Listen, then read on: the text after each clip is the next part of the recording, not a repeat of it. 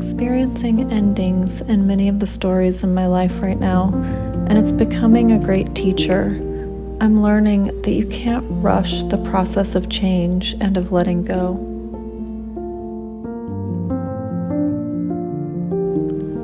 I'm also learning that there's an element of healing that needs to occur before I can start this next chapter.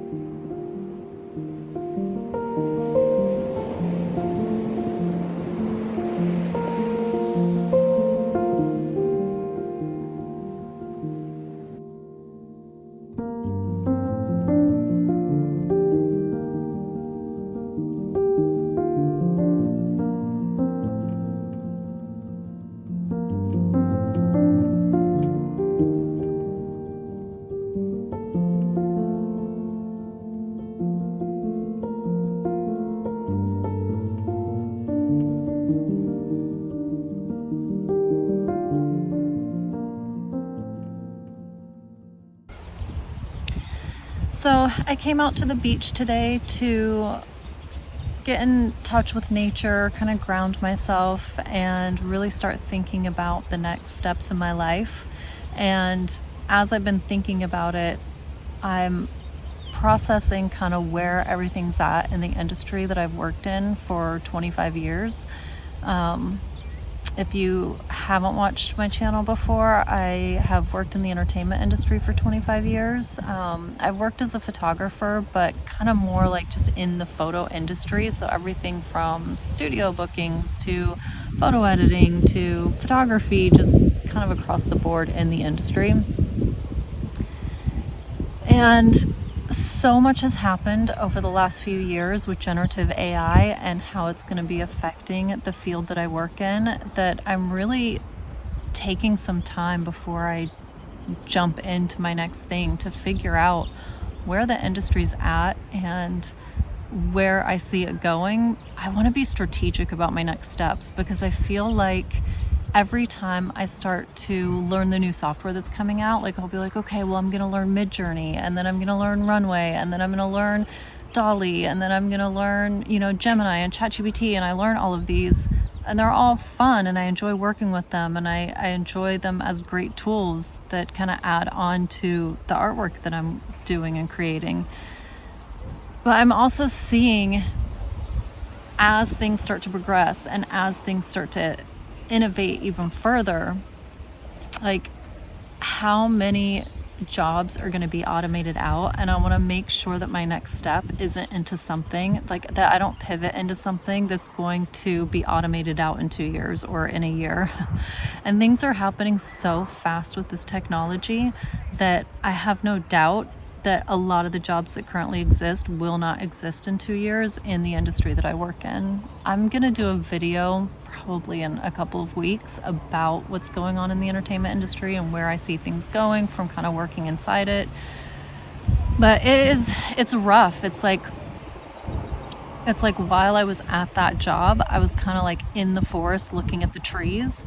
And now that I'm not at the job and I have all of this free time and I'm really thinking about next steps, I feel like I've kind of pulled myself out and I'm now seeing the forest. And in a lot of ways, it feels like the forest is on fire.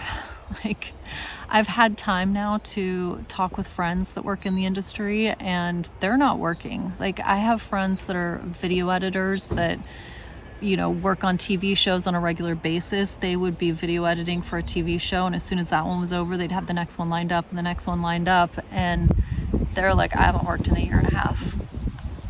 Sorry, this wind is probably kind of rough. I wonder if I should put on my I don't know, I've never used these. Okay, well, the wind is gone, so hopefully that's fine now. But I have friends that are photographers that, like, if you look at a movie poster, they might be the one that shot it, and they would do a photo shoot like twice a week, every week, or at least once a week. And they're like, yeah, I've done 2 in the last year. I have friends that I'm not terribly close to, but follow on Instagram that are photographers in the industry, that I would see them like cranking out new work on Instagram on a regular basis. And I scroll through their feed and I'm like, oh, yeah, they're not working. Like, people are not working at all. And it's starting to make me think that I think the government needs to step in and do stimulus for the entertainment industry. I really do. Like, I think about when I went to Paris. It was like 10 years ago. I went to Paris and I went to a ballet, beautiful ballet, and a beautiful, beautiful like opera house. And the seats were free. All of the seats in the front were free unless you like sat in the balcony. Then it was like $80 or something that here in the United States would be like $8,000. And I asked someone, I was like, how is it free? How is it so affordable? And he was like, oh, the government funds the arts. And I think, I'm gonna let the wind go by. I think that the United States government needs to start considering something like that, given how much of it's being automated out. It's like, I'm gonna do a separate video on all of the effects that AI is having on the entertainment industry and media and where I see it going, like what I'm kind of projecting down the line in the next 5 years.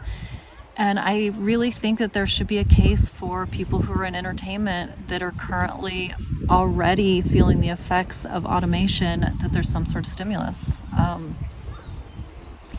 I don't know. I personally am working on like, okay, what kind of pivoting can I do that is maybe even potentially outside of entertainment, because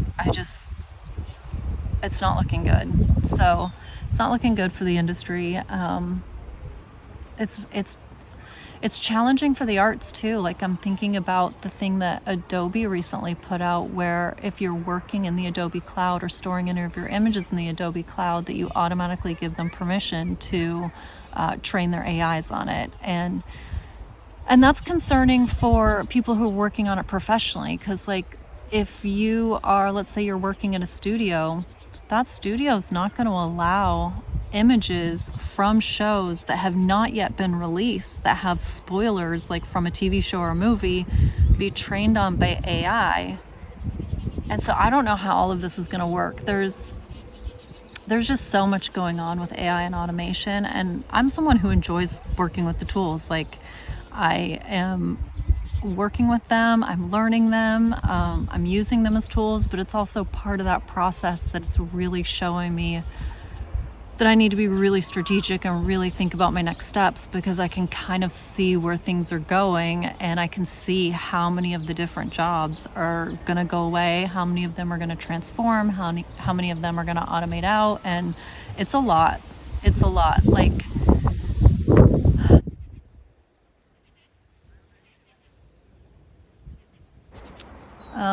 I think it's so important when you're making changes in life to really kind of pull yourself out of the day-to-day and stop thinking about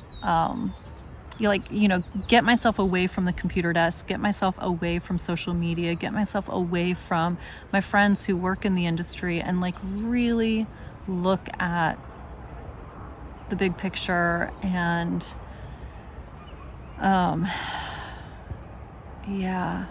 I'm just zooming out. I'm in that like zoom out mode, and I think I'm going to try to stay zoomed out for the next couple of weeks, to really think strategically about my next steps. So yeah, I've been talking about how there might be a move in my future, which I also want to do strategically. Like, I initially was kind of like, yeah, I'm just going to go ahead and move right now. But then I've kind of like paused on that and been like, okay, instead of just jumping into the next thing in my life, like, let's really think everything through. So that's where I'm at. Instead of jumping, I think I'm going to be walking very slowly into this next step. So yeah.